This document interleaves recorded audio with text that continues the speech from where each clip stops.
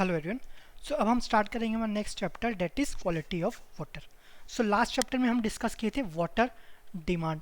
सो किसी भी सिटी में या किसी भी कम्युनिटी में अगर वाटर सप्लाई करना है तो सबसे पहले चेक करना है वाटर डिमांड कितना है, उस सिटी में या कम्युनिटी में ज़रूरत कितना है। जब तक आपको पता ही नहीं ना वहाँ पर कितना ज़रूरत है तो आप सप्लाई कैसे करेंगे। आपने चेक कर लिया कितना ज़रूरत है, ठीक है। फिर दूसरा, आप कुछ सामान को, सपोज आपका कोई भी चीज़ है, यहाँ पर वाटर है तो वाटर को भेजेंगे तो पहले ये चेक करेंगे ना वाटर सही है कि नहीं। हो सकता है कुछ में इन्फेक्शन हो या कुछ डिजीज़ हो, ये भी हो सकता है, तो उसको क्या करेंगे पहले चेक करेंगे कि सही है कि नहीं। अगर गलत होता है तो उसको ट्रीट करेंगे, अगर सही है तो भेज देंगे। तो दूसरा काम है वाटर डिमांड के बाद आपका क्वालिटी ऑफ वाटर, ये आपको चेक करना है कि वाटर की क्वालिटी कैसी है।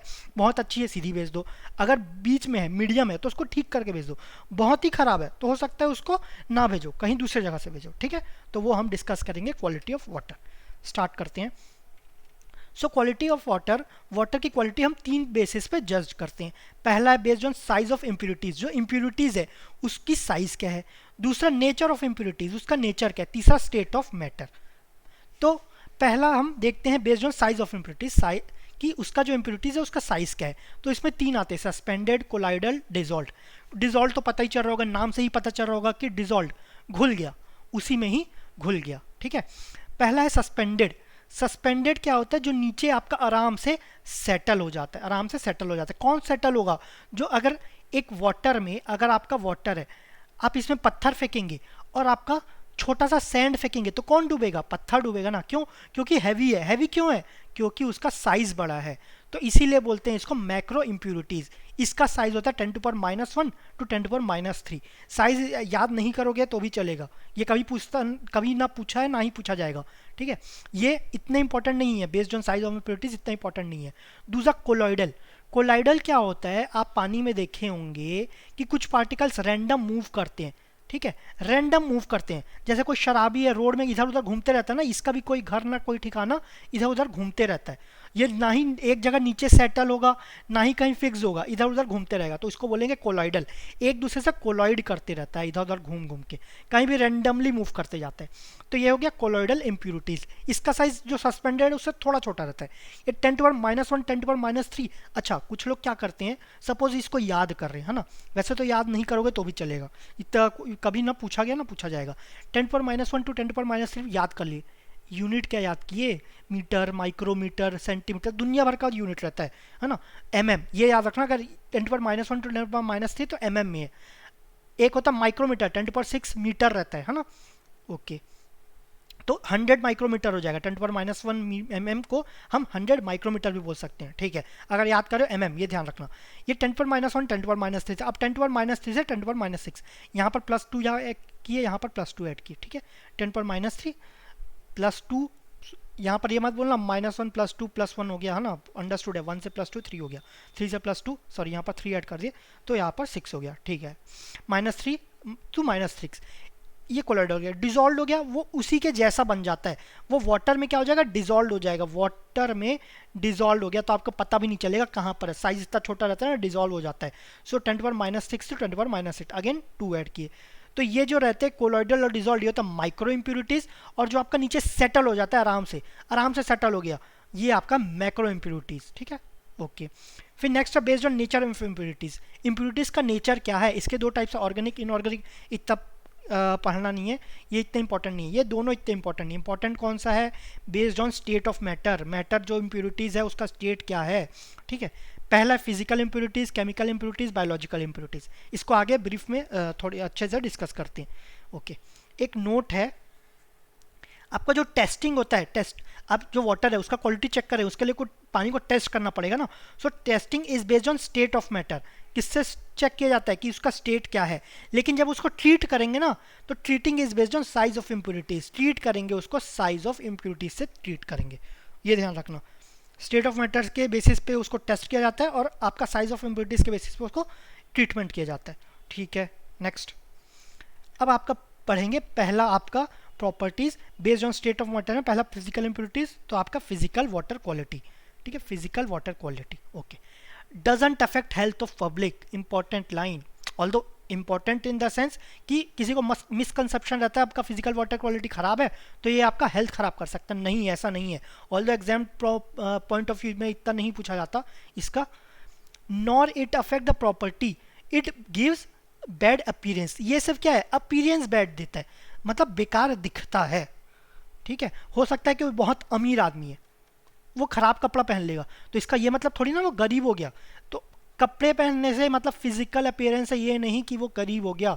तो वैसे ही बैड अपीयरेंस से ज़रूरी नहीं कि वो आपका पीने लायक नहीं है। तो इसके बैड अपीयरेंस में क्या आ जाता है, टेम्परेचर आ गया, कलर आ गया, टर्बिडिटी आ गया, ऑर्डर एंड टेस्ट आ गया, ठीक है। पहला टेम्परेचर देखते हैं। हमने पहले ही पढ़ा कि आपका बैड अपीयरेंस इसलिए हेल्थ पे अफेक्ट नहीं करता। अब ये मत बोल देना कि आपका कोई टेम्परेचर सॉरी कोई केमिकल भी एकदम सपोज वाटर में कुछ केमिकल ऐड किए, कुछ केमिकल ऐड कर दिए, उसके कारण टेम्परेचर क्या हो गया, राइज हो गया।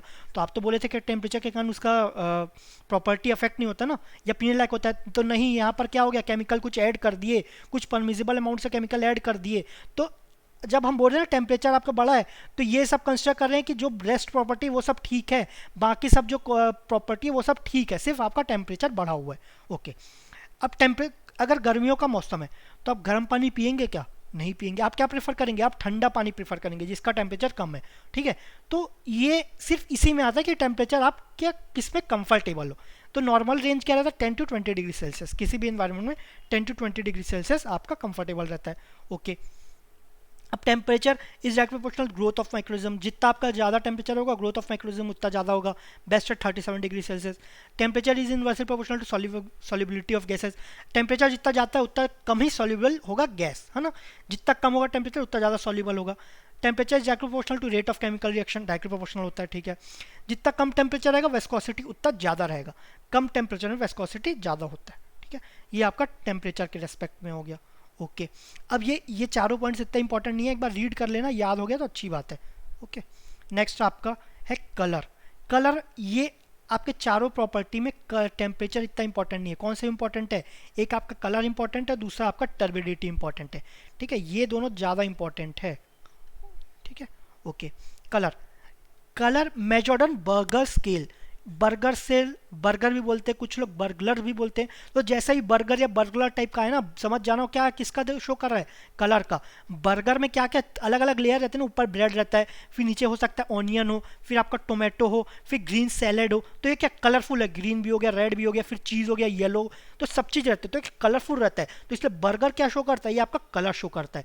और ये कौन से स्केल में मेजर किया जाता है, प्लेटिनम स्केल, प्लेटिनम स्केल, ठीक है। बर्गर स्केल में मेजर तो किए, लेकिन स्केल किस में रिप्रेजेंट करता है, सो किस में एक्सप्रेस करता है, तो express in terms of TCU. TCU क्या है, आपका true colour unit, TCU simple है, true colour unit. Burger cell measured on burgers scale, ठीक है। नेक्स्ट मेजर्ड यूजिंग, अब डिवाइस तो देख लिए, अब कौन सॉरी स्केल तो देख लिए, लेकिन कौन से डिवाइस से मेजर किया जाता है, ये होता है टिंटोमीटर। टिंटोमीटर, टिंटोमीटर से क्या याद कर सकते हो, टूटी फ्रूटी, कुछ ऐसा हो रहा है ना, टी से टूटी फ्रूटी, टूटी फ्रूटी। ये आपका क्या रहता है, ये आपका कलरफुल रहता है, आपका रेड भी रहेगा, येलो भी रहेगा, तो ये बहुत कलरफुल है। तो किसका प्रॉपर्टी शो कर रहा है, कलर, ठीक है। सो टिंटोमीटर कलरफुल रहता है, सॉरी टिंटोमीटर से क्या आता है, टूटी फ्रूटी, टूटा फ्रूटी क्या होता है, आपका कलरफुल रहता है, तो कलर को रिप्रेजेंट कर रहा है। बर्गर स्केल में भी बहुत अलग अलग लेयर्स रहते हैं जो कि कलरफुल रहते हैं, वो भी क्या है, कलरफुल, कलर के लिए यूज होता है। और ये आपका प्लेटिनम स्केल के लिए रहता है ना, ओके। अब आपका 1 टीसीयू कितने के बराबर रहता है। अब ये सब जो चीज़ें एकदम वर्ड टू वर्ड याद नहीं करना है, कलर बर्गर ऐसा याद रखो तो भी चलेगा, एग्जाम में एकदम डिटेल में नहीं पूछा जाएगा कि आपका बर्गर हो गया या टिंटोमीटर हो गया, दोनों एक साथ नहीं पूछा जाएगा, कंफ्यूज नहीं किया जाएगा। आपका बर्गर स्केल किसके लिए, कलर के लिए, है ना, वर्ड टू वर्ड याद रखो बस। अब 1 टीसीयू क्या होता है, 1 ग्राम ऑफ प्लेटिनम, यहाँ पर प्लेटिनम स्केल था ना, तो प्लेटिनम 1 मिलीग्राम है, 1 milligram of platinum as a chloroplatinate ion mixed in 1 litre of distilled water. तो ये तो सिंपल लाइन है, कुछ लोग क्या करते हैं, कंफ्यूज कर जाते हैं। 1 milligram of platinum as a chloroplatinate बोलते हैं ना, तो क्या सोचते हैं 1 मिलीग्राम ऑफ क्लोरोप्लेटिनेट है, तो 1 मिलीग्राम ऑफ क्लोरोप्लेटिनेट नहीं है, 1 मिलीग्राम ऑफ प्लेटिनम है इन द फॉर्म ऑफ क्लोरोप्लेटिनेट, ठीक है, क्लोरोप्लेटिनेट। तो सपोज आपका ये क्लोरोप्लेटिनेट हो गया, ये सपोज आपका कुछ x मिलीग्राम का हो सकता है, x मिलीग्राम सपोज 2, 3 या 4 मिलीग्राम हो गया, तो उसमें आपका 1 मिलीग्राम क्या होगा, 1 मिलीग्राम आपका प्लेटिनम होगा, ये ध्यान रखना, 1 मिलीग्राम आपका प्लेटिनम होगा as a chloroplatinate ion mixed in 1 litre of distilled water. ठीक है, chloroplatinate ion mixed in 1 litre of distilled water. Okay, ये ध्यान रखना। ड्रिंकिंग वाटर स्टैंडर्ड क्या होता है? अब ये टीसीयू में उसका रेंज क्या हो गया? 5 से 10 टीसीयू। अब 5 से 10 कैसे याद हो गया? जो टूटी फ्रूटी है वो आपका 5 से 20 रुपए में आता है, 5 से 20 रुपए के बीच में आता है, तो ये आपका रेंज क्या हो गया? 5 से 10 टीसीयू। आपका स्केल कौन सा हो गया? Platinum scale. कौन से स्केल में मेजर किया जाता है? Burger scale. बर्गर स्केल है ना, बर्गर में बहुत सारे लेयर होते हैं, कलरफुल रहते हैं। आपका कौन सा डिवाइस होता है? टिंटोमीटर। टिंटोमीटर आपका किससे? Tutti frutti. टूटी फ्रूटी क्या होता है? कलरफुल रहता है। Okay, express in terms of TCU, true colour unit. True colour unit क्या होता है? 1 TCU, 1 milligram of platinum as a chloroplatinate ion, है ना। क्लोरोप्लेटिनेट आयन में 1 मिलीग्राम प्लेटिनम है mixed in 1 litre of distilled water. ठीक है, 1 लीटर डिस्टिल्ड वाटर में। ठीक है, ये कलर का हो गया, ये इंपॉर्टेंट है। नेक्स्ट है आपका टर्बिडिटी। टर्बिडिटी क्या होता है? ये ओपेकनेस इन वाटर। ठीक है, ये किसके कारण होता है? सस्पेंडेड एंड कोलाइडल पार्टिकल्स होता है। अभी हम देखें ना, सस्पेंडेड क्या होता है? जो नीचे आपका वाटर में सेटल हो जाए, नीचे सेटल हो जाए। कोलाइडल क्या होता है? ये आपका ना घर है ना ठिकाना, इधर उधर घूमते रहते हैं, रैंडम जैसे शराबी घूमते रहते हैं, है ना, इधर उधर घूमते रहते हैं। ओके, तो इसके कारण क्या है? आपको इस पानी के आर पार देखोगे ना तो आपको क्लियर वाटर नहीं दिखेगा। क्लियर वाटर नहीं दिखेगा मतलब बैड एफिशिएंसी है। तो ये क्या फिजिकल प्रॉपर्टी में आ गया? ये क्या ओपेक की तरह बिहेव करता है। और ये क्या प्रोवाइड करता है? Measure of resistance offered by the particles present in the water to pass the light through it. इससे लाइट पास करोगे ना, सपोज लाइट पास करो तो ये रेजिस्टेंस प्रोवाइड करता है। पूरा क्लियर आपका लाइट पास नहीं करेगा, क्लियर वाटर में पूरा clear water clear light pass कर जाएगा, तो ये रेजिस्टेंस प्रोवाइड करता है against light. Okay, turbidity is a surface phenomena, that is turbidity is directly proportional to surface area is inversely proportional to size of the particles। आपका gravel भी है, gravel भी है और आपका क्ले भी है। साइज किसका जाता है? ग्रेवल का जाता है। तो क्ले का साइज कम हो गया तो ये ज़्यादा टर्बिडिटी प्रोवाइड करेगा। ठीक है, ये ज़्यादा टर्बिडिटी प्रोवाइड करेगा। ओके, अब इसका यूनिट क्या होता है? ये आपका मिलीग्राम पर लीटर। अब 1 मिलीग्राम पर लीटर को हम 1 ppm भी बोलते हैं, है ना। इसको अलग से देखते हैं। 1 मिलीग्राम पर लीटर को 1 ppm भी बोलते हैं। अब ppm क्या होता है? ये होता है पार्ट्स पर मिलियन। पार्ट्स पर मिलियन। आजकल तो यूट्यूब इतना ट्रेंड हो गया है तो मिलियन आपको पता ही होगा कितना होना चाहिए। ये कितना होता है? ये आपको 10 lakhs, है ना। मेनली आपको मिलियन कहाँ पर सुनने हो? सबसे पहले आपको, वैसे तो और भी सुने होंगे लेकिन ज़्यादातर कहाँ सुनते हो? ये आप यूट्यूब में सुनते हो। तो ये हो गया 10 lakhs। 10 lakhs मतलब 1 लाख में कितने जीरो होते हैं? 10 to the power 5। तो 10 lakhs कितने हो गया? 10 to the power 6। तो 10 to the power 6 पार्ट में एक पार्ट आपका हो गया 1 ppm। ठीक है, 10 to the power 6 में एक पार्ट को क्या बोलेंगे? 1 ppm। ठीक है, 1 in 10 to the power 6। अब ये 1 मिलीग्राम पर लीटर है, मिलीग्राम को ग्राम में कन्वर्ट करेंगे, ये आपका 10 to the power -3 हो गया ग्राम। लीटर है, इसको मीटर में कन्वर्ट करेंगे, मीटर क्यूब में। ठीक है, तो ये क्या हो जाएगा? सॉरी, इसको हम सेंटीमीटर में कन्वर्ट करेंगे तो ये क्या हो जाएगा? 10 to the power 3 cc। ये हो गया। ओके, अब इसको क्या लिख सकते हैं? 10 to the power -6 gram per cc। तो क्या होगा? 10 to the power -6, इसीलिए उसको 1 ppm बोलते हैं, है ना। तो 1 मिलीग्राम पर लीटर को बोलते हैं 1 in 10 to the power 6। यहाँ पर मत बोलना है cc है तो ऐसा यूनिट में नहीं है, इतना डिटेल में मत जाना है। cc है, ये आपका ग्राम है ना। ओके, तो ये हो गया 1 gram per cc is equal to 1 milligram पर litre is equal to 1 ppm। ठीक है, अब तो इसको मेजर करते हैं हम मिलीग्राम पर लीटर में। Sorry, drinking water milligram. अच्छा, ड्रिंकिंग वाटर जैसे आपका कलर क्या था? कलर का था आपका TCU, ट्रू कलर यूनिट। इसमें क्या है? आप या JTU बोल लो या NTU बोल लो या FTU बोल लो या आपका मिलीग्राम पर लीटर। JTU क्या है? आपका जैक्सन टर्बिडिटी यूनिट। अब आगे डिस्कस करते हैं। NTU क्या है आपका? ये हो गया नेफ्लोमेट्रिक टर्बिडिटी यूनिट। ठीक है, वैसे F है, इतना इंपॉर्टेंट नहीं है। तो ये JTU NTU मेन है, JTU NTU। इसका डिफरेंस क्या है आगे देखते हैं। ओके, तो turbidity is measured on silica scale expressed on turbidity units TU। अब आपके कलर में आपका कौन सा यूनिट था? कौन सा स्केल था? प्लेटिनम स्केल या बर्गर स्केल। यहाँ पर क्या है? Silica scale. टर्बिडिटी किसके कारण होता है? पार्टिकल्स के कारण। मेनली कौन सा पार्टिकल होता है आपका? जो आपका कोलॉइडल पार्टिकल है उसमें क्या आते हैं? आपके सैंड वैंड आ जाते हैं। सैंड क्या है? सैंड किससे बना जाता है? सिलिका से। तो ये इसको टर्बिडिटी को किससे मेजर करेंगे? सिलिका स्केल से। ऐसा कुछ याद कर सकते हो। और आपको एक्सप्रेस किस में करोगे? TU, turbidity unit. TCU अलग है, ट्रू कलर यूनिट, और TU क्या है? Turbidity unit. दोनों में डिफरेंस है, ध्यान रखना। तो 1 TCU कितना था, 1 milligram of platinum as a chloroplatinate ion in 1 litre of distilled water. अब यहाँ पर क्या 1 milligram of finely divided silica party mineral, वहाँ पर प्लेटिनम स्केल था तो वहाँ पर प्लेटिनम 1 मिलीग्राम ऑफ प्लेटिना था, यहाँ पर सिलिका स्केल है तो सिलिका स्केल है तो यहाँ पर क्या हो जाएगा 1 milligram of finely divided silica mineral in 1 litre of distilled particle. Okay, अब इसको also known as AK also known as JTU, that is Jackson turbidity unit. 1 TU को जैक्सन टर्बिडिटी यूनिट भी बोलेंगे। ओके, अब turbidity in water is measured by, इसको किससे major किया जाता है, इसमें दो तरीके से मेजर किया जाता है, ठीक है। Device works on the principle of light absorption, अगर लाइट को एब्जॉर्ब कर रहा है वो प्रिंसिपल से कर रहे हैं तो इसको टर्बिडिटी मीटर से मेजर करेंगे। अगर टर्बिडिटी मीटर से यूज कर रहे हैं तो जो यूनिट होगा वो आपका JTU होगा, that is Jackson turbidity unit. Okay, अब यहाँ पर एब्जॉर्प्शन था, यहाँ पर क्या scattering, device works on the principle of light scattering. अब लाइट स्कैटरिंग कैसा होगा, सपोज आपका कोई पार्टिकल है वहाँ पर इंसिडेंट होगा तो स्कैटर होगा ना, वो आपका परपेंडिकुलर होगा, ध्यान रखना कहीं भी रैंडमली नहीं होगा, आपका परपेंडिकुलर होना चाहिए। तो light scatter perpendicular to incident ray of light, जहां से भी इंसिडेंट ले है उससे आपका परपेंडिकुलर रिफ्लेक्ट होना चाहिए या स्कैटर होना चाहिए, तो वो आपका वर्क करता है लाइट स्कैटरिंग प्रिंसिपल। ये आपका होता है नेफ्लोमीटर, ये किससे मेजर किया जाता है, नेफ्लोमीटर। और इसका ये जो यूनिट रहता है वो होता है NTU या FTU। तो NTU होता है नेफ्लोमेट्रिक टर्बिडिटी यूनिट, इसका आपका जैक्सन टर्बिडिटी यूनिट, ठीक है। FTU का कुछ और फुल फॉर्म रहता है, ठीक है, इतना डिटेल में जाना नहीं है। ओके, तो दो आपका प्रिंसिपल है, दो तरीके से आपको मेजर कर सकते हैं, एक तो टर्बिडिटी मीटर से, एक नेफ्लोमीटर से। टर्बिडिटी मीटर आपका एब्जॉर्प्शन रहता है और ये आपका स्कैटरिंग रहता है परपेंडिकुलर, ठीक है। नेक्स्ट है आपका ऑर्डर एंड टेस्ट, ठीक है। यहाँ पर भी वही लिखा गया 1 milligram is equal to 1 ppm। ये आगे अच्छे से यूज आएगा इसलिए मैंने बीच में लिखा है ना, यहाँ पर कहीं पर यूज आ रहा होगा इसलिए मैंने यहाँ पर लिख दिया। ओके, ऑर्डर एंड टेस्ट ये उतना इंपॉर्टेंट नहीं है जितना आपका कलर है या फिर टर्बिडिटी है, स्टिल ये आपका टेम्परेचर से ज़्यादा इंपॉर्टेंट है, टेम्परेचर तो कुछ है ही नहीं, है ना। अब इसका टर्बिडिटी का इसका यूनिट, ओके यूनिट छूट गया था, ये आपका 5 से 10 JTU या NTU रहता है। कलर कितना था आपका, टूटी फ्रूटी कितने का रेंज में आता है, 5 से 20 के रेंज में, और आपका टर्बिडिटी जो है वो आपका 5 से 10 के बीच में आ जाएगा। यहाँ पर सैंड के कारण होता है ना, सैंड क्या होता है, सस्ता होता है टूटी फ्रूटी से, तो ये क्या हो जाएगा 5 से 10 हो जाएगा, ये आपका 5 से 20 था, ठीक है। Next odour and taste.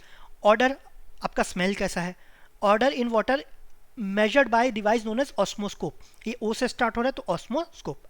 Order is expressed in terms of TON, TON, इसको फुल फॉर्म है आपका थ्रेशोल्ड ऑर्डर नंबर। ओके, अब जो थ्रेशोल्ड ऑर्डर नंबर है टॉन, उसका जो फॉर्मूला है वो है A+B/A, वेयर A क्या है आपका वॉल्यूम ऑफ वाटर सैंपल।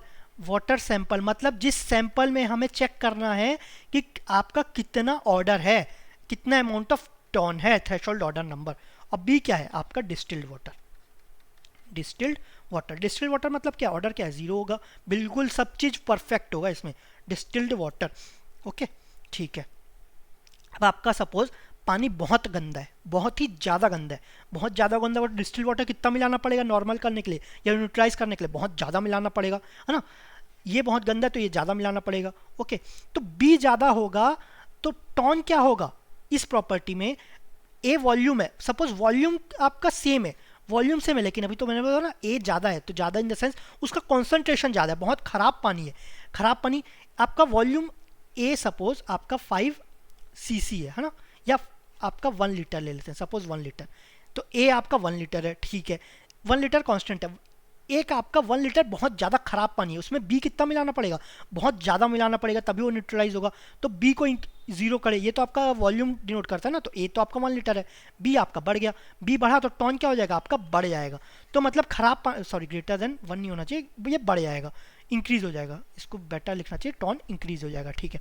मतलब टॉन ज़्यादा होगा थ्रेशोल्ड ऑर्डर नंबर तो क्या हो जाएगा, वो आपका खराब हो जाएगा। सो टॉन का जो रेंज होता है ना वो हमेशा लेस देन 3 होना चाहिए, तभी आपका वो ठीक रहेगा पानी पीने के लिए। तो ड्रिंकिंग वाटर स्टैंडर्ड्स आपका टॉन लेस देन 3। सपोज आपका अच्छा पानी है तो डिस्टिल्ड वाटर कितना मिलाना पड़ेगा, कम ही मिलाना पड़ेगा, या तो हो सकता है अच्छा तो मिलाना ना पड़े, तो टॉन क्या हो जाएगा वो आपका डिक्रीज हो जाएगा, मतलब ये आपका अच्छा हो जाएगा, ठीक है। तो यही है आपका TON threshold order number. So TON हो गया A+B/A, where A volume of water sample used in dilution. B volume of distilled water जिसके कारण डाइल्यूट हो रहा है, तो आपका ड्रिंकिंग वाटर स्टैंडर्ड्स क्या होगा, टॉन लेस देन 3। जितना ज़्यादा बी होगा उतना ज़्यादा टॉन होगा, B is directly proportional to TON. तो बी ज़्यादा होगा मतलब पानी क्या है, टॉन ज़्यादा होगा मतलब पानी क्या है, गंदा हो गया, क्योंकि पानी क्या होगा, लेस देन 3 होना चाहिए, ठीक है, जितना कम हो उतना अच्छा हो, ठीक है। अब ध्यान रखना V volume of distilled water है, डिस्टिल्ड वाटर एकदम अगर एग्जैक्ट डिस्टिल्ड वाटर दिखाए ना तो पीएच उसका होता है 7, पीएच अभी आगे डिस्कस करेंगे, तो ये भी पीने के लायक अच्छा नहीं रहता, ठीक है, ध्यान रखना। ओके, अब आपका फिजिकल प्रॉपर्टी हो गया, कलर हो गया, टर्बिडिटी हो गया, अदर एंड टेस्ट हो गया, और आपका टेम्परेचर भी हो गया, है ना। नेक्स्ट है आपका chemical water quality. Chemical water quality ये बहुत इंपॉर्टेंट है, इससे क्वेश्चन मैक्सिमम इसी से पूछे जाते हैं। इससे आपका कलर टर्बिडिटी हो सकता है कि ना पूछे, इससे तो पूछे ही जाएंगे, है ना। सो फर्स्ट है आपका solid. Solid chemical water property में फर्स्ट है सॉलिड। सॉलिड क्या होता है, residue left on evaporation. Suppose आपका वाटर है, वाटर में कुछ सॉलिड भी हो सकता है ना, तो उसके कारण क्या होता है, इम्प्यूरिटीज आ सकती है। ओके, अब सॉलिड्स में क्या क्या टाइप्स का सॉलिड हो सकता है, टोटल सॉलिड होता है, सस्पेंडेड सॉलिड होता है। सस्पेंडेड सॉलिड हम देखें कहीं भी घूमते रहता है। टोटल सॉलिड में सभी तरीके के सॉलिड हो जाएंगे, है ना। टोटल डिजॉल्व सॉलिड जो घुल गया वो आपका टोटल डिजॉल्व सॉलिड हो गया, ये आपका TDS। अब आपका ओके, अब ये तीनों को मेजर कैसे करते हैं, ये आपका measured by gravity meter, gravimetry, इसको मेजर करते हैं ग्रेविटीमेट्री, एक्सपर्जेंट मिलीग्राम पर लीटर और ppm। जो मैक्सिमम जो आपके इम्प्यूरिटीज है ना, जो इसको मिलीग्राम पर लीटर में ही डिनोट किया जाएगा, मिलीग्राम पर लीटर और ppm, ये ध्यान रखना। अब इसको टोटल सॉलिड, इसको मेजर कैसे करेंगे। ओके, अब क्या करो, सपोज आप कंटेनर ले लो, ड्राई कंटेनर, बिल्कुल बिल्कुल भी पानी नहीं है। कभी कभी क्या होता है ड्राई कंटेनर, उसमें मॉइस्चर आ सकता है, इसमें मॉइस्चर भी नहीं है, इसका वेट हो गया W1, ठीक है। अब दूसरा क्या लो, दूसरा कंटेनर लो, उसमें वो वाटर सैंपल ले लो जिसमें आपको चेक करना है, तो कुछ वॉल्यूम रहेगा उसका, वेट मेजर नहीं करते अभी। अभी क्या करो, इसको आप हॉट ड्राई ओवन में रख दो, ओवन में रख दिए, जिसका टेम्परेचर क्या हो 103 डिग्री सेल्सियस हो। कितने देर के लिए रखना, 4 से 5 घंटे के लिए रख दो। तो क्या हो जाएगा, पानी इवोपरेट हो जाएगा। पानी इवोपरेट होगा, बचेगा क्या, आपका सॉलिड बच जाएगा। सॉलिड बचा, उसका वेट ले लो, ये हो गया W2। तो अब सॉलिड बताएं, सॉलिड कितना हो जाएगा, weight of solid W2 minus W1, लेकिन हमें तो मिलीग्राम पर लीटर में करना है ना, तो आपका सॉलिड टोटल सॉलिड कितना हो जाएगा, W2 minus W1 by volume, जितने वॉल्यूम में इतने वॉल्यूम में सॉलिड कितना था, तो ये आ गया W2 minus W1 by V। इसको एक्सप्रेस करेंगे हम मिलीग्राम पर लीटर में, ठीक है, ये टोटल सॉलिड हो गया।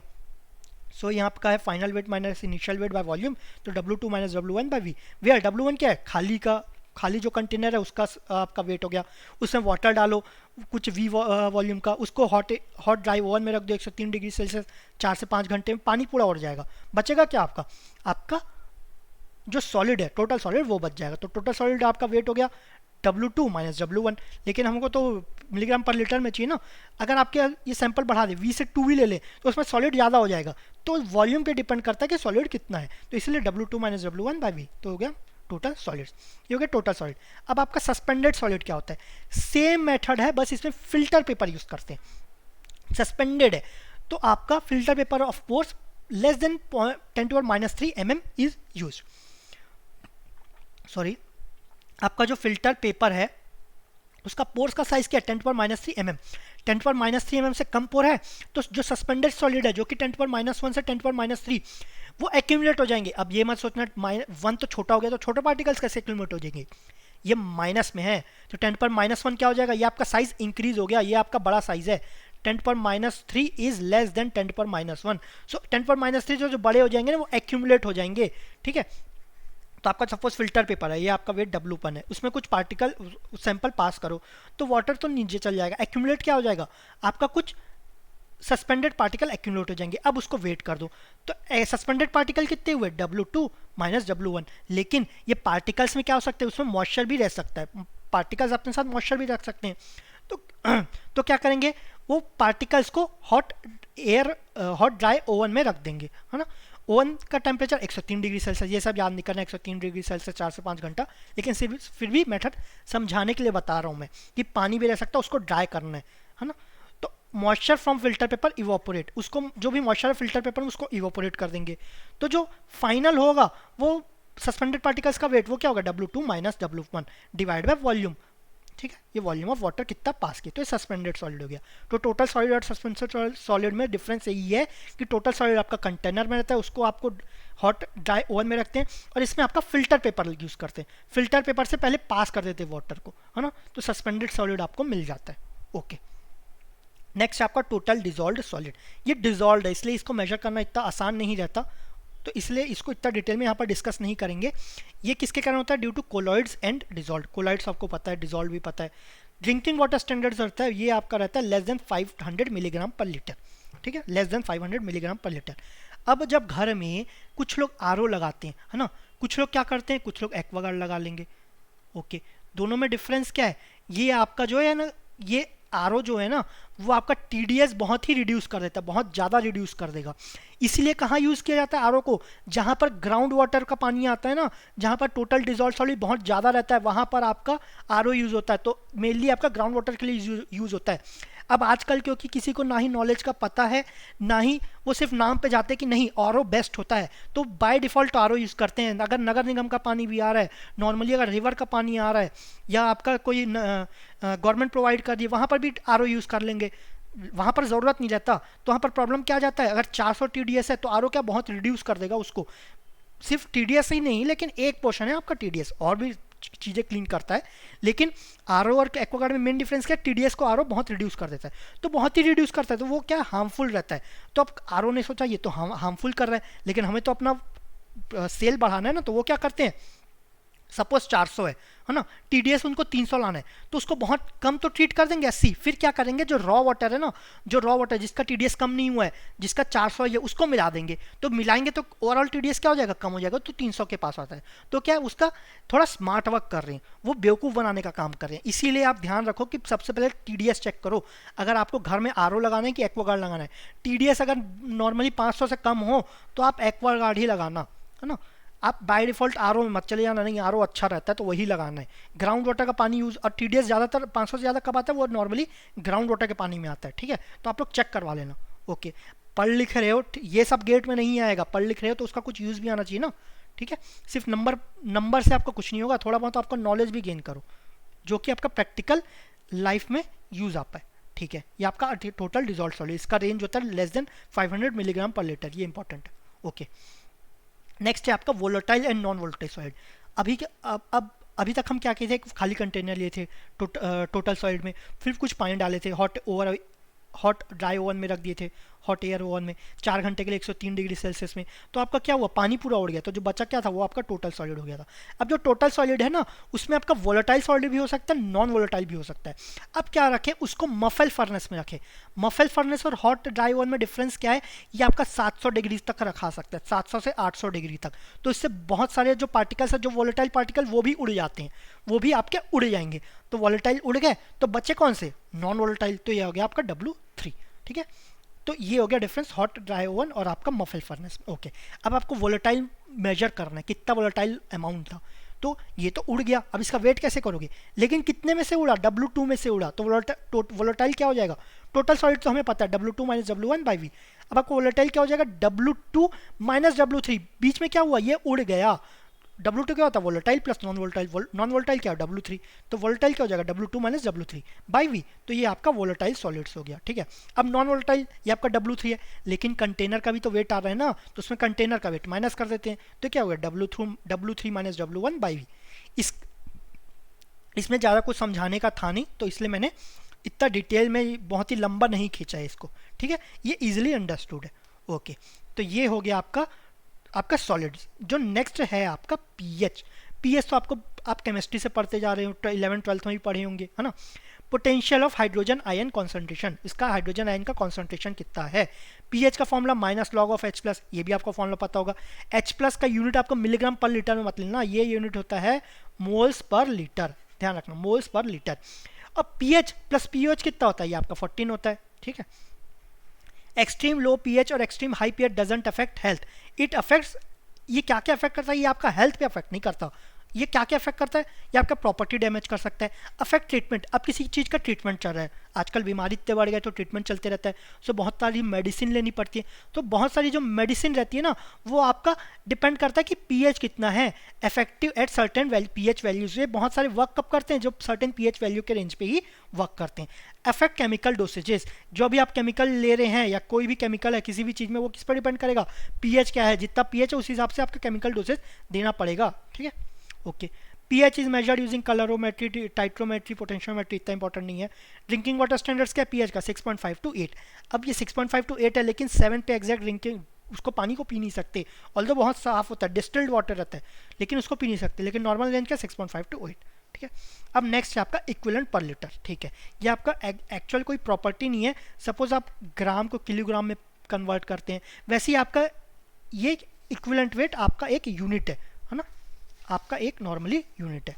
अब 1 इक्विवेलेंट पर लीटर कितना होता है, यहाँ पर पढ़ेंगे हम। इक्विवेलेंट पर लीटर को मिलीग्राम पर लीटर में क्या क्या रिलेशन है। ठीक है, ओके।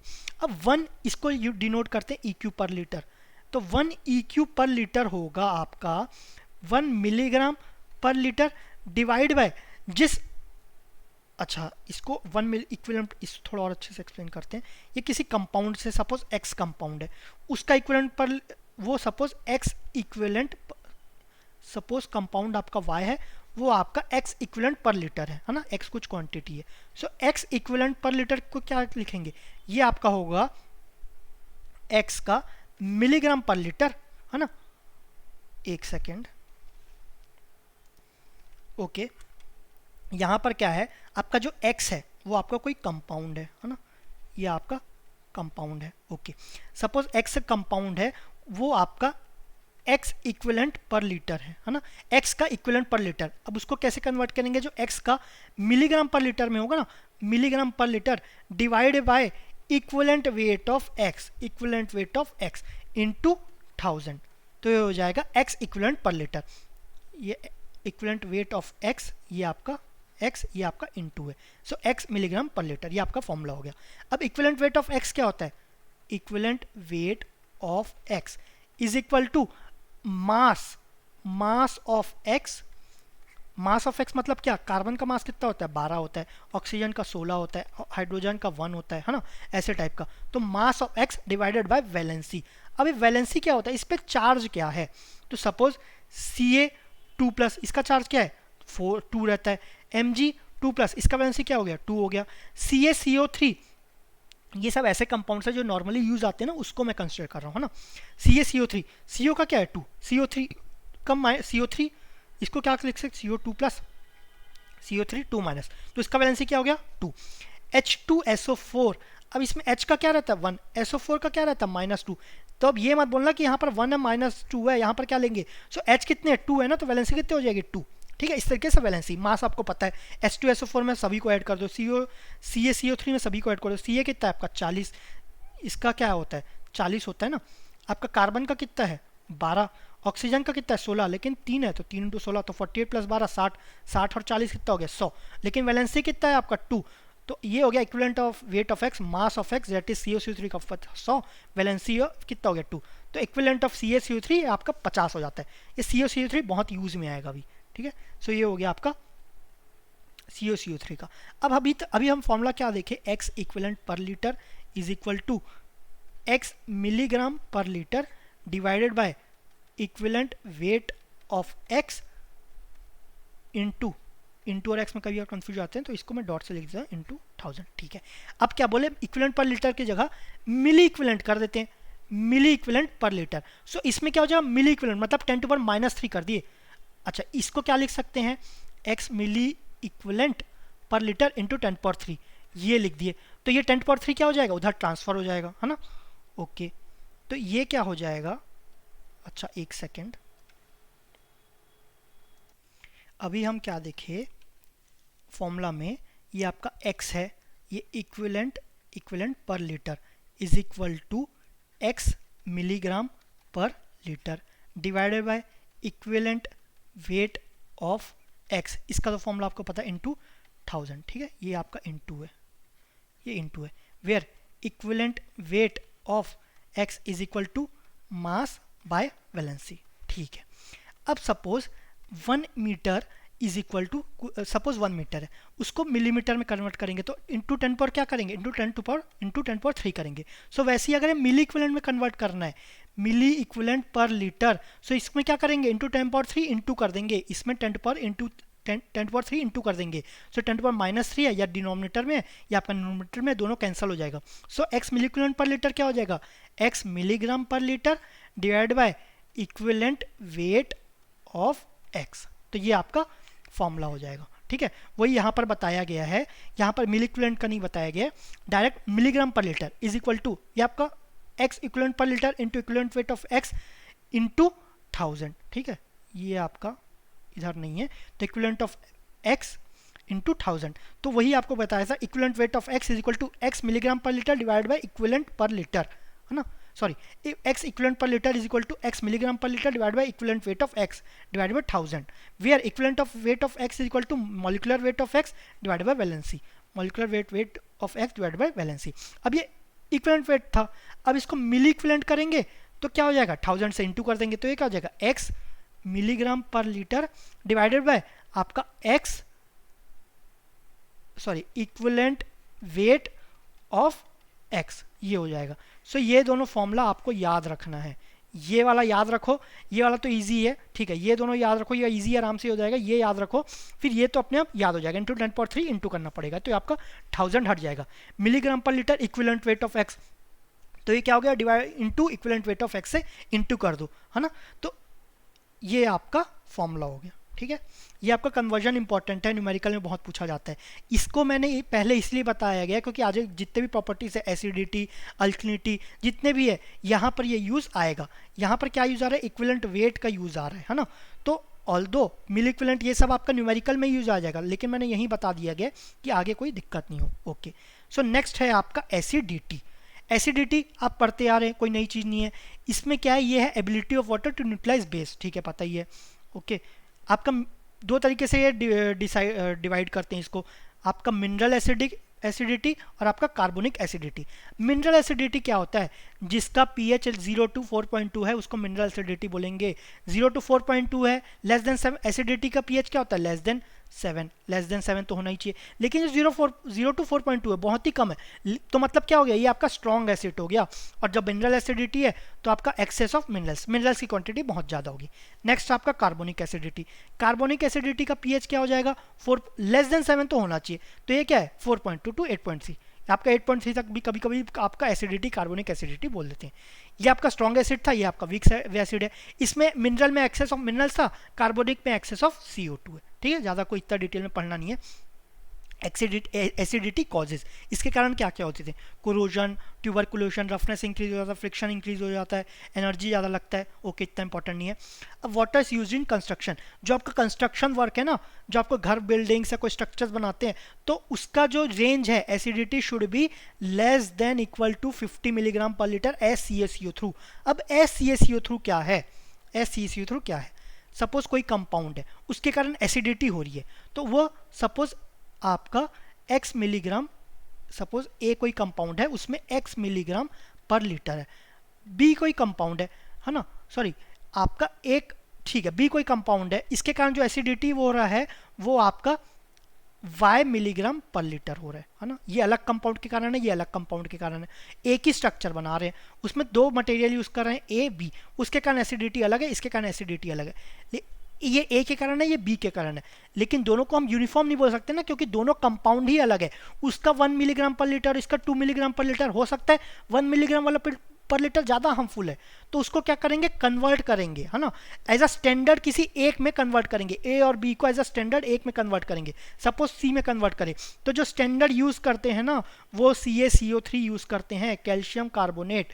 तो इसीलिए एसिडिटी का बोला गया 50 मिलीग्राम पर लीटर एज CaCO3, मतलब CaCO3 के एस्पेक्ट में लेस देन, अगर उसमें निकालें तो लेस देन 50 मिलीग्राम पर लीटर होना चाहिए। ठीक है, तो इसीलिए बोला गया लेस देन 50 मिलीग्राम पर लीटर एज CaCO3। ठीक है, अब सपोज आपका कोई कंपाउंड है उसको y के रेस्पेक्ट में निकालना है, मतलब x मिलीग्राम पर लीटर एज y, 50 मिलीग्राम पर लीटर एज CaCO3 निकाले ना, x मिलीग्राम पर लीटर एज y, तो ये क्या होता है x मिलीग्राम पर लीटर हो गया, इनटू इक्विवेलेंट, इसको अलग से देखते हैं, तो आपका x मिलीग्राम पर लीटर एज CaCO3 निकालना है। तो ये क्या होगा, पहले तो x मिलीग्राम पर लीटर ले लो, इनटू किस, ये आपका इनटू है किसके, CaCO3 निकालना है। So equivalent weight of CaCO3 divided by कितना है, ये इक्विवेलेंट वेट ऑफ x, ठीक है, ये हो गया। यहाँ पर x कंपाउंड है, सो ये हो गया, ठीक है। सो वही यहाँ पर बताया गया है, ये x है, कोई कंपाउंड है, वो मिलीग्राम पर लीटर एज y निकालना है। तो आपका x मिलीग्राम पर लीटर इनटू ये कितना मिलीग्राम पर litre into equivalent weight of y divide by equivalent weight of x, किस कंपाउंड का निकालना है और किसके रेस्पेक्ट में निकालना है, एज y है ना, किसके रेस्पेक्ट में निकालना है। तो सपोज x मिलीग्राम पर लीटर एज CaCO3 के रेस्पेक्ट में निकालना है। सो x मिलीग्राम पर litre into equivalent weight of CaCO3 into equivalent weight of x। Equivalent weight of CaCO3 क्या होता है, एटॉमिक वेट कितना होता है, मॉलिक्यूलर वेट, Ca का कितना है आपका 40 प्लस कार्बन का कितना है 12, ऑक्सीजन का 16 इंटू 3 क्योंकि O3 है, तो ये क्या हो जाएगा 48। तो 48 प्लस 12 60 प्लस 40 100। नीचे क्या है वैलेंसी कितना है CaCO3 का 2, Ca2 प्लस CO3 2 माइनस। सो ये क्या हो जाएगा, ये आपका 50 हो जाएगा, ये पहले ही बताया गया, ठीक है। ये अगर इसमें कुछ डाउट हो रहा होगा ना तो ये न्यूमेरिकल में और डिस्कस करेंगे, ये अच्छे से समझ में आ जाएगा। बिल्कुल इसको छोड़ के नहीं जाना है, इंपॉर्टेंट है, ये सब क्वेश्चन आएगा। एसिडिटी में तो ठीक है, सिंपल है, अभी आगे है ना और थोड़ा अलग अलग कंपाउंड्स आएंगे। Okay, acidity is measured by titrimetry, जहाँ टाइट्रेंट क्या यूज होता है, एसिडिटी क्या होता है, बेस को न्यूट्रलाइज करता है, तो टाइट्रेंट क्या हो जाएगा बेस। तो आपका स्टैंडर्ड कौन सा यूज करते हैं, NaOH, ये आपका स्ट्रॉन्ग बेस रहता है। अब इंडिकेटर्स, मिथाइल ऑरेंज, पहले मिथाइल ऑरेंज यूज करते हैं, वो पिंक टू येलो कन्वर्ट करता है, फिर फिनॉप्थिलीन यूज करते हैं, वो क्या करता है येलो टू पिंक यूज करता है। अब इंडिकेटर्स इतना डिटेल में याद मत करना। मिथाइल ऑरेंज आपका MNOP आता है ना, तो पहले M आया, N को स्किप कर देते हैं, OP आया, तो पहला क्या हुआ मिथाइल ऑरेंज, फिर क्या हुआ फिनॉप्थिलीन, ऐसा आप याद कर सकते हैं एसिडिटी के लिए। ओके, ठीक है। अब आपका अल्कलिनिटी, नेक्स्ट है, एसिडिटी आपका कंप्लीट हो गया। नेक्स्ट अल्कलिनिटी क्या होता है, ability of water to neutralize acid. Acid क्या था, ability of water to neutralize base. अब अल्कलिनिटी क्या हो गया, ability of water to neutralize acid, ठीक है। Alkalinity is measured, alkalinity water is caused by, ये किसके कारण होता है, ये आपका होता है OH माइनस, फिर आपका CO3 2 माइनस, फिर एक होता है आपका HCO3 माइनस। ये अलग अलग कंपाउंड्स के कारण होता है, मेनली आपका OH माइनस, CO3 माइनस और HCO3 माइनस, इसके कारण होता है, ठीक है। अब OH माइनस के कारण कब होगा, causes if pH is between 14 to 10.2। अब आपका 14 टू 10.2 है, क्या है, ये आपका स्ट्रॉन्ग बेस है, तो अल्कलिनिटी क्या होगा, बहुत ज़्यादा हो जाएगा। मतलब OH माइनस के कारण हो रहा है ना, तो आपका pH क्या होगा, बहुत ज़्यादा होगा, अल्कलिनिटी बहुत ज़्यादा होगा, ठीक है। CO3 2 minus causes if pH is 8.3 to 10.2, ये आपका थोड़ा सा कम हो गया, OH माइनस से थोड़ा सा कम हो गया, ठीक है। इसमें क्या होता है, ठीक है, HCO3 माइनस भी पढ़ लेते हैं। HCO3 माइनस कब होता है, causes if pH is between 4.2 to 8.3, अगर इसके बीच है तो HCO3 माइनस का कारण होता है, ठीक है। अब जब pH 8.3 और 10.2 के बीच में है ना, तो HCO3 2 माइनस का कॉन्सेंट्रेशन ज़्यादा होता है HCO3 माइनस के लिए रेस्पेक्ट में। अगर इसका कॉन्सेंट्रेशन ज़्यादा है तो आपका pH बिटवीन 8.3 टू 10.2 होगा। लेकिन अगर HCO3 माइनस का कॉन्सेंट्रेशन ज़्यादा है CO3 2 माइनस के कारण, तो ये आपका 4.2 से 8.3 के बीच में pH होगा। तीनों के कारण अल्कलिनिटी आपका होता है, लेकिन हमेशा ऐसा नहीं कि तीनों एक ही साथ एक्ट करेंगे। All three together never cause alkalinity, either OH minus और CO3 माइनस और HCO3 माइनस, या तो सिर्फ OH माइनस के कारण होगा या फिर HCO3 माइनस और CO3 2 माइनस के कारण होगा, ठीक है। तो आपका हो गया पहला, अलग से करते हैं, या तो OH माइनस के कारण हो गया, दूसरा किसके कारण हो सकता है, दूसरा हो सकता है HCO3 माइनस या फिर CO3 2 माइनस, इन दोनों के कारण हो सकता है ना, ठीक है। तो अब अगर आपको इसका कॉन्सेंट्रेशन निकालना है, टोटल अल्कलिनिटी निकालना है कितना है, ठीक है, टोटल अल्कलिनिटी निकालना है विथ रिस्पेक्ट टू, किसके रेस्पेक्ट में निकालते हैं, SCO3। तो फॉर्मूला क्या हो जाएगा आपका, TA is equal to OH minus का concentration into equivalent weight of कितना, किसका, CaCO3, क्योंकि इसी के रेस्पेक्ट में निकालते हैं, ये स्टैंडर्ड है, divide by equivalent weight of किसका OH माइनस जिसका निकालना है, तो कॉन्सेंट्रेशन ऑफ OH माइनस, ये तो ठीक है। इक्विवेलेंट वेट ऑफ CaCO3 कितना है, अभी निकाले थे हम 50। अब इक्विवेलेंट ऑफ OH माइनस ये कितना है, O का मॉलिक्यूलर वेट कितना है OH माइनस का 16 + 1 दैट इज 17। वैलेंसी कितना है आपका -1, तो ये आपका क्या हो गया 50/17। सो ये TA हो गया with respect to OH minus, ठीक है, ये हो गया। अब दूसरा तो SCO3 माइनस और CO3 2 माइनस भी है ना, ये माइनस, ये प्लस नहीं, ये माइनस है। अब इसको हम डायरेक्टली लिखेंगे, ये आपको समझ में आ गया कि कॉन्सेंट्रेशन ऑफ OH माइनस, ठीक है, इसको एक बार और लिख देते हैं। HCO3 माइनस का concentration total alkalinity is equal to, ये अलग से लिख देते हैं, टोटल इनटू इक्विवेलेंट वेट किसका CaCO3 का divided by equivalent weight of किसका HCO3 माइनस। लेकिन CO3 माइनस भी होता है तो plus concentration of CO3 2 minus into equivalent weight of standard किसका है CaCO3 आपका divided by equivalent weight of CO3 2 minus, ये आपका फॉर्मूला हो गया। इसको और थोड़ा सिंप्लीफाई करते हैं तो concentration of HCO3 minus into equivalent weight of CaCO3, ये आपका 50 हुआ। HCO3 माइनस का कितना हो गया 1 प्लस C का कितना है 12, ऑक्सीजन का कितना है 16 इंटू 3, तो ये कितना हो जाएगा 48। तो 48 + 12 60, 60 + 1 61। वैलेंसी कितना हो गया 1 है, HCO3 माइनस है, तो 50 + 61 ये हो गया। Plus CO3 minus CO3 2 minus का concentration into equivalent weight of CaCO3, ये आपका 50। CO3 2 माइनस, C का कितना 12, ऑक्सीजन का 16 इंटू 3 48, ये कितना हो गया 60। वैलेंसी कितना है, अब इसका 2 है वैलेंसी, ये ध्यान रखना वैलेंसी 2 है, तो 60/2 दैट इज 30।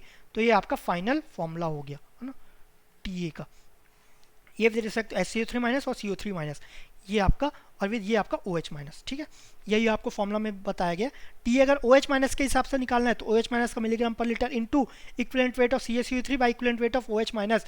अब इसको equivalent into is equal to OH minus into equivalent weight of CaCO3 कितना है 50, इसका कितना है 17, ये भी निकाले ना, तो ये आपका फॉर्मूला हो गया। फिर आपका based on CO3 HCO3 minus, standard equivalent weight of CaCO3 numerator में रहेगा, डिनोमिनेटर में जिसका निकाल रहे हैं जिसके कारण हो रहा है CO3 2 माइनस और HCO3 माइनस। इसको और सिंप्लीफाई करेंगे CO3 माइनस, ये आपका 50/30, इसका 50 है, CO3 माइनस का 30 है, HCO3 माइनस आपका ये 50 है, HCO3 माइनस 61 है, ठीक है। फॉर्मूला ये अगर याद नहीं हो रहा तो ये दोनों स्किप भी कर सकते हो आप। कोई OH माइनस और HCO3 माइनस, OH माइनस के कारण होता है या तो HCO3 माइनस और CO3 2 माइनस के कारण होता है, ये याद रखना है। उसके रेस्पेक्ट में आप फॉर्मूला डेराइव कर सकते हो, ठीक है, उसके रेस्पेक्ट में 50/50 17 30 61 ये सब निकाल सकते हो, ये आप निकाल सकते हो, ठीक है। ये आपका अल्कलिनिटी का फॉर्मूला हो गया। सो अल्कलिनिटी के कारण क्या क्या आपके कॉजेज होते हैं, ये आपको क्या होता है, एक तो आपका बिटर टेस्ट हो जाएगा, फिर नेक्स्ट है स्केलिंग प्रॉब्लम होगा, formation of layer in pipe. Layer में क्या हो जाएगा, जो सपोज डायमीटर है तो आजू बाजू ना लेयर फॉर्म हो जाएगा, लेयर फॉर्म हो गया तो एरिया डिक्रीज हो गया, Q is equal to AV होता है, एरिया डिक्रीज हो गया क्या हो गया Q भी आपका डिक्रीज हो जाएगा, ठीक है, ये हुआ। तो आपका Q भी डिक्रीज हो गया, कैपेसिटी डिक्रीज हो गया, इंक्रस्टेशन अलग अलग है, इंपॉर्टेंट नहीं है, ठीक है, जो इंपॉर्टेंट आपका फॉर्मूला ही था, okay. Alkalinity is measured by titrimetry, titrant uses H2SO4। अब आपका अल्कलिनिटी क्या है, किसको न्यूट्रलाइज करता है अल्कलिनिटी, एसिड को ही न्यूट्रलाइज करता है, तो आपका टाइट्रेंट क्या यूज करेंगे, एसिड यूज करेंगे, नेचुरल एसिड क्या, सॉरी स्टैंडर्ड आपका क्या यूज करते हैं टाइट्रेंट आपका H2SO4 यूज करते हैं। एसिडिटी में क्या यूज करते थे, किसको न्यूट्रलाइज करते थे अल्कलिनिटी को, मतलब सॉरी एसिडिटी में आपको बेस को न्यूट्रलाइज करते थे, बेस क्या क्या था, स्टैंडर्ड बेस क्या यूज करते थे NaOH, यहाँ पर क्या यूज करेंगे H2SO4। अब indicator use opposite of acidity, acidity में क्या यूज करते थे MnOP, डेट इज N को स्किप कर दो, मिथाइल ऑरेंज और फिनोप्थिलिन। इसमें उल्टा करेंगे, पहले फिनोप्थिलिन यूज करेंगे फिर मिथाइल ऑरेंज यूज करेंगे, phenolphthalein first then methyl orange. Pink to colourless और येलो टू पिंक, पहले क्या था आपका, पहले आपका पिंक टू येलो था फिर येलो टू पिंक था, इसमें क्या है आपका येलो टू पिंक बाद में है, सॉरी येलो टू पिंक बाद में है, पिंक टू कलरलेस पहले हो गया, ठीक है, यही है, ज़्यादा कोई डिफरेंस नहीं, उल्टा हो गया, अपोजिट हो गया, हो गया। अब इसमें आता है ये, ऑल्दो ये कभी पूछा नहीं गया फिर भी मैं एक्सप्लेन कर देता हूँ, एक्सप्लेन करने का ऑल्दो ज़रूरत नहीं है लेकिन फिर भी इसको थोड़ा बता देता हूँ। स्टैंडर्ड यूनिट क्या है ड्रिंकिंग वाटर स्टैंडर्ड का, अल्कलिनिटी का है लेस देन 200 मिलीग्राम पर लीटर SCO3। एसिडिटी का कितना था आपका less than equal to 50 SCO3 milligram पर लीटर, अल्कलिनिटी का कितना है लेस देन इक्वल टू 200, है ना, ये सब याद करना है, ओके। अब अल्कलिनिटी किसके कारण होता है, OH माइनस के कारण होता है, CO3 2 माइनस के कारण होता है, HCO3 माइनस के कारण होता है ना। फिनोप्थलीन जो है यूज़ करते हैं, उससे क्या मिलता है हमें, पार्शियल एल्कलिनिटी मिलता है। और जो मिथाइल ऑरेंज है ना, उससे हमें टोटल एल्कलिनिटी मिलता है। पार्शियल मतलब ऑल, पार्शियल है मतलब ऑब्वियसली टोटल से कम ही रहेगा, है ना। अब ये डिटेल में नहीं जाना है कि पार्शियल है क्या, ये वो इतना डिटेल में नहीं जाना है। अब ये भी कभी पूछा नहीं गया है, ऑल्दो पूछने के बहुत चांसेस कम है। सपोज आपका पार्शियल एल्कलिनिटी 0 है तो किसके कारण कॉज होगा, OH माइनस का कॉन्सेंट्रेशन क्या होगा, CO3 माइनस का कॉन्सेंट्रेशन क्या होगा, HCO3 माइनस का कॉन्सेंट्रेशन क्या होगा, ये देखना है। तो हमें पता है कि पार्शियल 0 होगा तो आपका टोटल एल्कलिनिटी किसके कारण कॉज होगा, HCO3 माइनस के कारण कॉज होगा। अगर partial alkalinity less than T/2 है, लेस देन T/2 है तो OH माइनस का कॉन्सेंट्रेशन क्या होगा, 0। इसका क्या कर दो, 2p कर दो, इसका 2p, तो ये ट्रांसफर कर दो, two P is less than T हो जाएगा, 2p रख दो। लेकिन ये पूरा टोटल कितना होना चाहिए, पूरा टोटल एल्कलिनिटी के इक्वल होना चाहिए, मतलब टी के इक्वल होना चाहिए। तो यहाँ पर क्या हो जाएगा, टी माइनस 2p यहाँ गया, बचा कितना, ये तो पार्शियल है ना तो कुछ अमाउंट बच गया, कितना बचा, t माइनस 2p, तो वो आपका HCO3 माइनस में हो गया। अगर p is equal to half T है तो यहाँ पर 2p लिख दो, अब बचेगा कितना, t माइनस 2p। लेकिन t इज इक्वल टू क्या है, t is equal to 2p हो गया, तो ये आपका 0 हो जाएगा, ठीक है। तो ये हो गया। अब p greater than half T. अब यहाँ पर 2p मत कर देना, 2p करोगे ना तो 2p ग्रेटर देन t हो जाएगा, t से तो ग्रेटर हो ही नहीं सकता ना। तो यहाँ क्या करोगे, यहाँ पर पहले, अब यहाँ पर भरना, अभी तक क्या कर रहे थे, पहले सेंटर में भरे थे, अब यहाँ पर भरना। यहाँ पर क्या भरोगे, 2p, ये तो ग्रेटर हो गया तो क्या कर दो, 2p माइनस टी भर देना, 2p माइनस टी। तो बीच में कितना होगा, जितना बचेगा, बचा कितना, टोटल तो t होना चाहिए, बचा कितना, t माइनस, इसको पहले मिटा देते हैं सबको, यहाँ पर आप 2p माइनस टी भर दिए, टोटल कितना आना है, t आना है, तो t minus 2p minus T, ये हो गया। तो कितना आ गया, ये हो जाएगा आपका 2t माइनस 2p, यहाँ पर 2t माइनस 2p। अब p is equal to T हो जाएगा तो ये डायरेक्टली t यूज कर, यहाँ पर क्या यूज करोगे, आपका 2p माइनस टी, यहाँ पर क्या पुट किया, 2p माइनस टी, p के क्या जगह रख सकते हो, t रख सकते हो, date is 2t minus T, तो क्या हो जाएगा, 2t ही आ जाएगा, एज इट इज t आ जाएगा, वहाँ की जगह 0। तो ये ध्यान रखना, अगर 0 है तो HCO3 minus, less than half और इक्वल टू हाफ है तो पहले HCO3 माइनस को भरना, डेट इज 2p, जो भी t का जो वैल्यू आ रहा है, यहाँ पर 2p, यहाँ पर 2p पहले भर देना।